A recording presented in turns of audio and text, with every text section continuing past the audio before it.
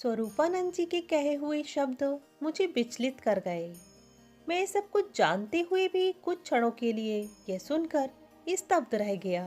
यह मुझे पता था, फिर भी स्वरूपानंद का परलोक गमन कुछ ही समय में होने वाला है, इससे मुझे थोड़ा दुख तो हुआ ही।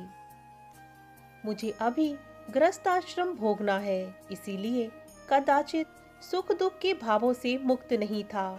यद्यपि इसे दुख कह सकते हैं, ऐसा भी नहीं मानता, क्योंकि यह तो शुद्ध प्रेम का स्पंदन है जो हृदय से उठता है। इसके बाद पूरनपुरी बापू ने स्वयं स्नान किया और हम दोनों को भी करवाया। फिर मंत्रोच्चार करके हमारे हाथ में अंजलि देते हुए कहा, बस यही क्षण उत्तम है। अब तुम आत्मदेव की प्रार्थना करके विनती करो। जो तुम्हारा है वह तुम्हें तुम्हारी इच्छा अनुसार ही अनुकूल हो, ऐसी नम्र विनती के साथ अनुरोध करो। मैंने आंखें बंद करके संकल्प किया, हे मेरे आत्मदेव, आप आत्म स्वरूपानंद की देह में प्रवेश करके और उसी के साथ सायुष्य करके स्वरूपानंद होने का भाव धारण करके कार्य पूर्ण करने के लिए हरिद्वार की ओर प्रयाण करोगे। कार्य पूर्ण होने पर आप वापस आकर पुनः अपनी देह में प्रवेश करना। और उसी के साथ मुझे लगा कि मेरी आत्मा तेजस्वी कण जैसे बिंदु स्वरूप से सहस्त्रार से निकलकर बाहर झिलमिला रही है और सामने से स्वरूपानंद के सहस्त्रार में वैसा ही तेजस्वी बिंदु निकलकर इसी ओर आ रहा है। और पलक झपकते ही मेरा आत्म स्वरूप झिलमिलाता ज्योति स्वरूप बिंदु स्वरूपानंद की देह में प्रवेश कर गया और स्वरूपानंद का आत्मस्वरूप तेजस्वी बिंदु मेरे देह में प्रवेश कर गया। बस उसी क्षण से मुझे तुरंत लगने लगा कि अब मैं अनंतानंद नहीं स्वरूपानंद हूँ। मैं अपनी पूर्व देह को निहार रहा था। बहुत विचित्र लगा। मेरी उस पूर्व देह में अब स्वरूपानंद की आत्मा का वास है। हम दोनों ही हमारी पूर्व देह के सूक्ष्म शरीर, उसके स्पंदन और स्मृतियों का अनुभव करते हुए आमने सामने दृष्टा भाव से देख रहे थे। कितनी तेजी से आत्मा के आदान प्रदान का कार्य संभव हो गया। ईश्वर दत्त संकल्प शक्ति कितनी महान है, इसकी मुझे अच्छी प्रकार प्रतीति हो चुकी थी। मैं सोच रहा था, तभी पूरनपुरी जी के शब्द मेरे कानों में पड़े। वे मुझे संबोधित करके बोले, चलो स्वरूपानंद जी, अब हमें आपकी जन्मभूमि हरिद्वार की ओर प्रयाण करना है। उसके साथ ही हम सभी हंस पड़े। मुझे भी लगा कि मैं स्वरूपानंद ही हूँ, क्योंकि अब हरिद्वार के संस्मरण मैं स्वरूपानंद वर्षों से हूँ, उस प्रकार तादृश्य हो रहे थे। मैं विचार में पड़ा हुआ था, तभी रेवानंद जी मेरा स्पर्श करके बोले, अब मैं और दान इस स्थान में यहाँ से भिन्न रास्ते से तेजी से वापस जाएंगे। यहाँ की सुरक्षा की व्यवस्था हो चुकी है। तुम यात्रियों के सरल रास्ते से होकर इस स्थान पर आओ। वहाँ मोटर के रास्ते तुम्हें तुरंत बड़ोदरा प्रयाण करना है। वहाँ से तुम्हें देहरादून एक्सप्रेस द्वारा हरिद्वार जाना है। सभी व्यवस्थाएं हो चुकी हैं। ऐसा कहकर दान बापू के साथ रेवानंद जी आगे चल पड़े। गुफा में से निकलते हुए मैंने पीछे देखा तो अनंतानंद समाधि में लीन था। सेवक राम उसके पास ही बैठा था। मुझे संतोष हुआ कि सेवक राम ने उसका उत्तरदायित्व ठीक से संभाल लिया है। हम तेजी से स्थान पर आ गए। जाने की सभी तैयारी हो चुकी थी। जाते ही रेवानंद जी ने हंसते हंसते कहा, अब कुछ दिनों के लिए यह मुनिवेश त्याग करके पुनः स्वरूपानंद वकील के वेश को धारण करना पड़ेगा। ये सुनकर सभी हंस पड़े। तुरंत ही दान बापू नाई को लेकर आ पहुँचे। जटा को काट के सामान्य लंबे बाल रखे गए। मैं पूर्व में फ्रेंच कट दाढ़ी रखता था, उसी के प्रकार दाढ़ी रखी गई। फिर लंबा रंगीन कुर्ता और सफेद पैंट धारण करवाए गए।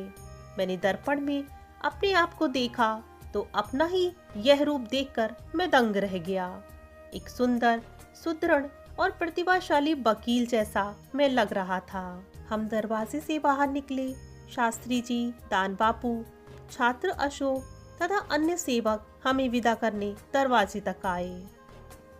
अपनी सीट पर स्थान ग्रहण करते हुए मैंने पीछे घूमकर देखा तो रेवानंद जी मधुर मुस्कान के साथ हाथ हिलाकर विदा कर रहे थे, परंतु दान बापू के चेहरे पे मैंने उदासी देखी। उनकी आंखों से आंसू टपकते मैंने देखे।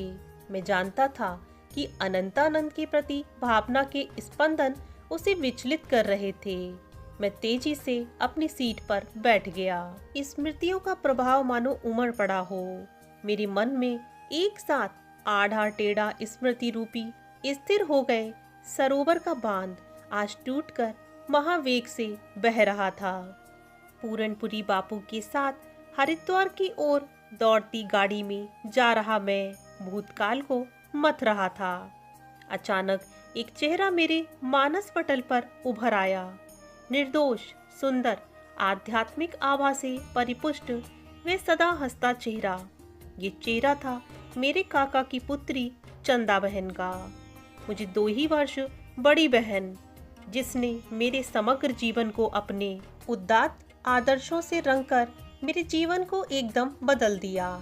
एक नया मोड़, एक नई दिशा के द्वार पर लाकर मुझे खड़ा कर दिया और उससे जो मुझे आनंद का अनुभव हुआ था, उसके बाद लगा कि इस भौतिक आनंद से अनेक गुना अधिक आनंद अब मुझे प्राप्त हो रहा है। चलती फिरती तितली जैसी चंदा पूर्व जन्म में कोई महायोगिनी होगी, ऐसा उसका व्यक्तित्व था।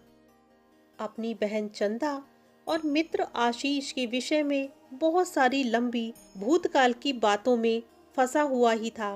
तभी मैं पूरनपुरी बापू के साथ हरिद्वार जाने की गाड़ी में सफर कर रहा था। अचानक ब्रेक लगने से मेरी वे सारी विचारधाराएं टूट गईं। मैंने चौंक कर पूरनपुरी बापू को सामने देखा तो वे मेरे सामने देखकर हंस रहे थे। वे बोले, भूतकाल का सफर कैसा रहा? सुखद और दुखद, मैंने हंसने का प्रयत्न करते हुए कहा। दूर के भूतकाल के अनुभव और उस समय किए गए गर्वित भविष्य कथन के अनुसार ही हुआ है। सरयूदास जी की सलाह को ध्यान में नहीं रखने से संसार छोड़ने की मेरी जल्दबाजी हो गई। वह अब समझ में आती है, परंतु एक बात समझ में नहीं आती कि यह मेरी बहन चंदा के प्रति मुझे और उसे भी परस्पर माता पुत्र जैसा वात्सल्य हृदय में क्यों उभरता था। अभी भी उसकी स्मृति आने से वैसी ही भावना का अनुभव करता हूँ। अभी तुम अपने जड़ सूक्ष्म शरीर में हो, इसलिए इस जन्म में सूक्ष्म शरीर के किए अनुभवों की स्मृति को याद कर सकते हो। तुम्हारे अंदर स्थित अनंतानंद की आत्मा तुम्हारी सूक्ष्म देह के साथ ओतप्रोत हो गई है, इसलिए बहुत दूर के भूतकाल को तुम अभी नहीं जान सकते हो। फिर वे आगे बोले, मैं सब जानता हूँ, इसलिए तुमसे कहता हूँ, चंदा, माधवानंद, अनंतानंद की भगवान कृष्ण के युग में अर्थात आज से 5000 वर्ष पहले सच में उनकी माता थीं। उस समय के सभी मित्रों के प्रति वात्सल्य भाव जागता है। पूर्व जन्मों की मणिकांता इस जन्म में चंदा नाम से तुम्हारी बहन के रूप में आई है। फिर कुछ रुककर बोले, तुम सिद्ध योगी होने से सब जान सके हो, परंतु इस समय तुम्हारे सूक्ष्म शरीर में तुम्हारी अपनी आत्मा नहीं है। तुम्हारे अंदर देहाध्यास विशेष परिमाण है, क्योंकि तुम्हारे अंदर अभी विद्यमान अनंतानंद की आत्मा है। वह तुम्हारी देह में दृष्टा साक्षी के रूप में है। तुम्हारे जड़ और सूक्ष्म शरीर को वह निश्चित समय पर केवल सावधान करने का कार्य करेगी। तुम्हारे शरीर में वह शक्ति रूप में ही कार्य कर रही है। तुम्हारी आत्मा जब तुम्हारी इस देह में कार्य सिद्धि के बाद पुनः प्रवेश करेगी, तब तुम्हारे अंदर ब्रह्मांड का गोचर अगोचर सारा ज्ञान पुनः वापस आ जाएगा। यद्यपि यह सब तुम समझते ही हो। तभी इसके बाद ट्रैफिक जाम लग गया। इतनी ही देर में हमारे पीछे भी गाड़ियों की लाइन लग गई।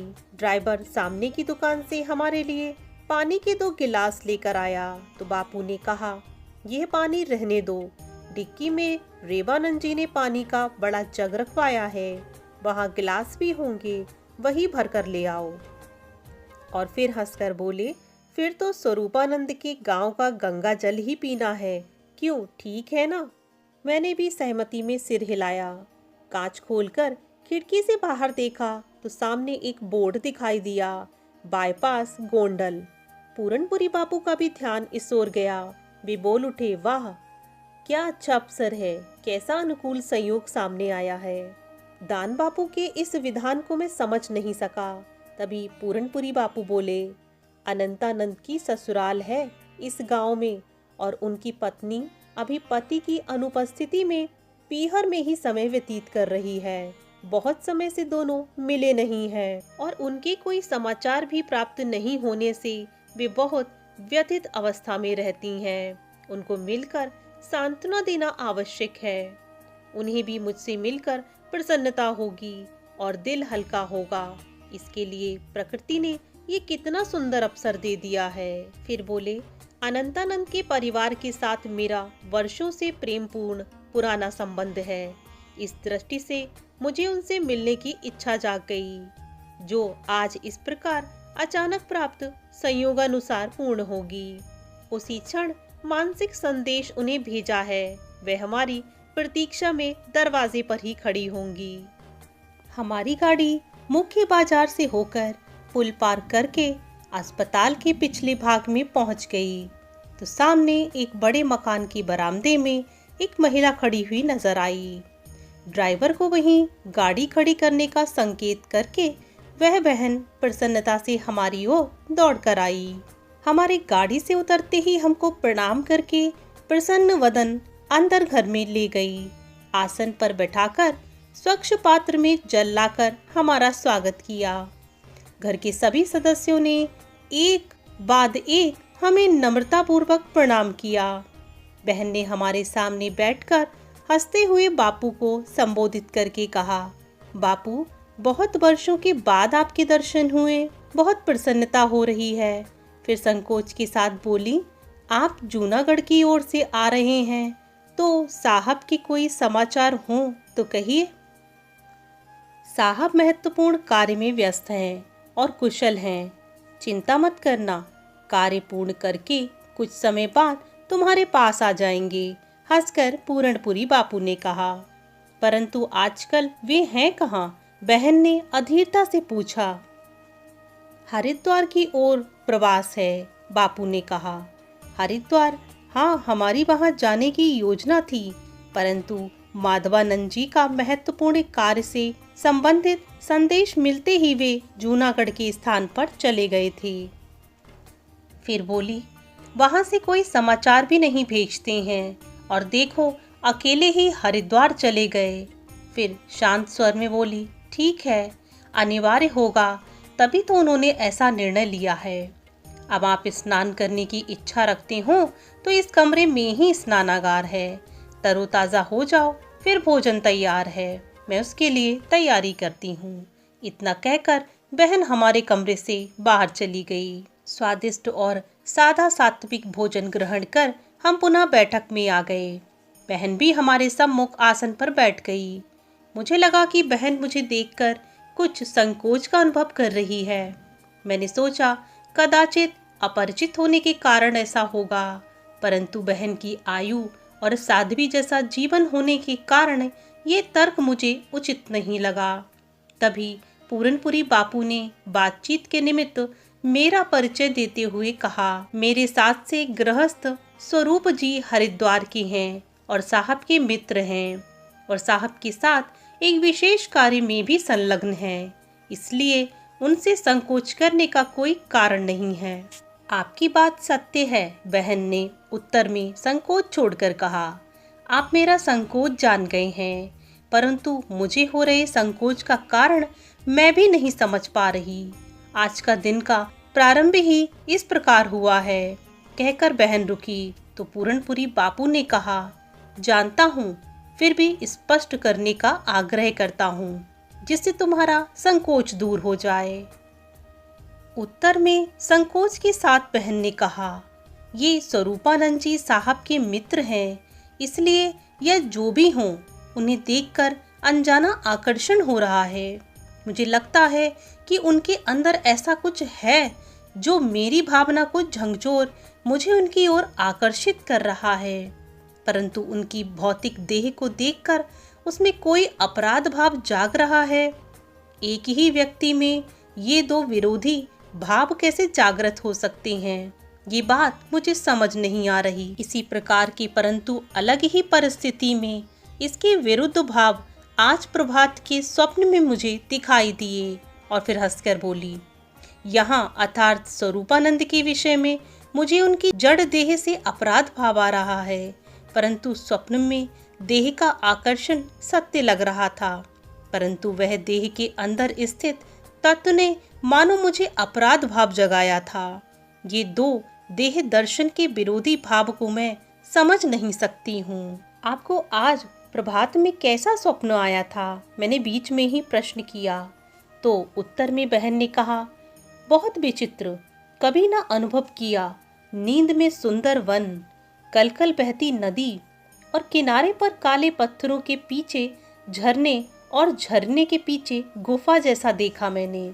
गुफा की पूर्व दिशा में गिरनार पर्वत मैंने देखा, उसके पीछे से सूर्योदय जैसा प्रकाश आकाश में फैल रहा था।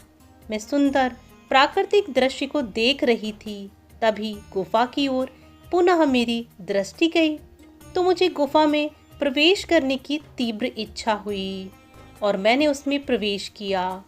गुफा के धुंधले प्रकाश में मैं धीरे धीरे आगे बढ़ी। थोड़ी देर में आंखें अभ्यस्त होने से मेरी नज़र पड़ते ही आश्चर्य का पार न रहा। दृश्य देखकर मैं हर्ष से लगभग उछल पड़ी, हृदय आनंद से हिलोरे लेने लगा। ये दृश्य सत्य है या भ्रम, उसका विश्वास करने के लिए मैंने आंखें मलकर देखा तो वही दृश्य मेरे आश्चर्य के साथ साथ मेरे जीवन के केंद्र के समान मैंने पुनः देखा। सामने विशाल सपाट शिला पर साहब समाधि में निमग्न थे। बहुत समय के बाद अचानक साहब के दर्शन होने से मेरा हृदय आनंद से भर गया। साहब को इस प्रकार ध्यानावस्था में तो मैंने अहर्निश देखा है, परंतु आज विशेष रूप में वे किसी भी प्रकार के आधार के बगैर जमीन से ऊपर स्वस्तिकासन में बैठकर ध्यान कर रहे थे, और वह भी जंगल की अंधेरी गुफा में। मुझे दौड़कर उनके पास जाने का मन हुआ। मैंने पैर भी उठाया, एकदम निकट पहुंच गई। फिर मेरी तरफ देखकर बहन पुनः बोली, परंतु न जाने क्यों वैसा करने में मुझे संकोच के साथ एक प्रकार का अपराध भाव या पाप कर रही हूँ, ऐसा भाव अंतर में जाग उठा।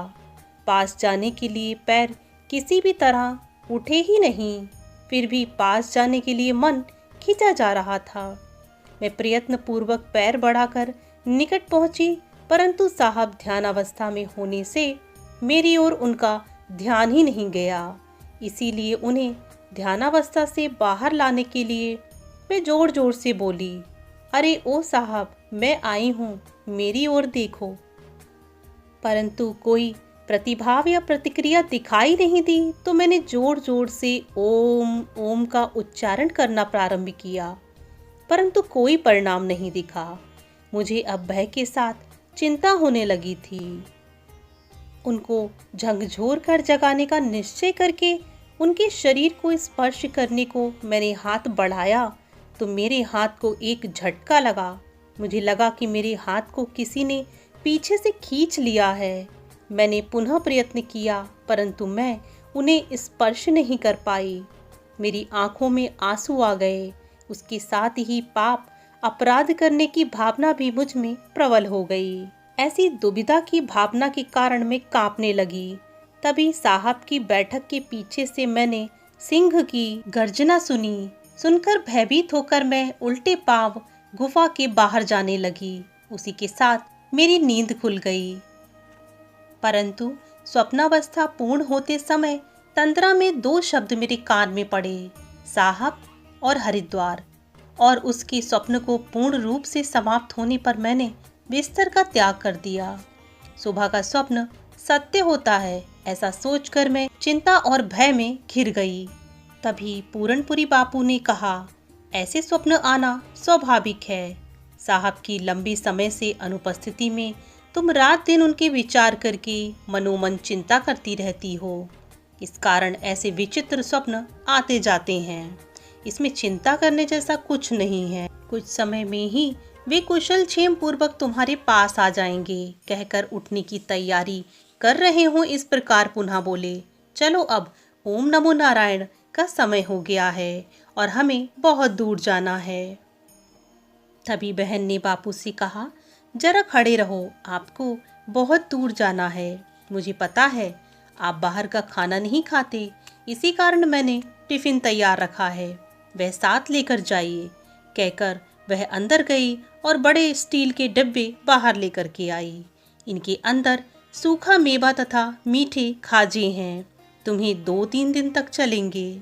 बहन की भावभीनी विदाई स्वीकार करके हम निकले।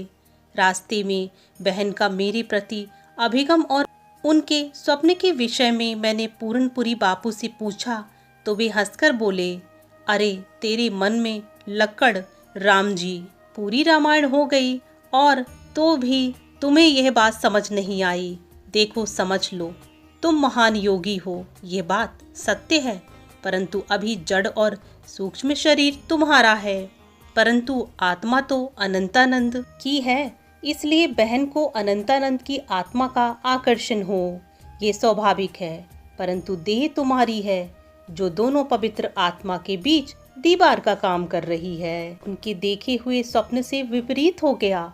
वहां देह उनके पति की थी, परंतु उसके अंदर आत्मा पराये पुरुष की थी, अर्थात पति की देह का स्पर्श करने जा रही थी। तब अनंतानंद की देह में स्थित तुम्हारी आत्मा ने रोका। दोस्तों, आज का भाग यहीं तक।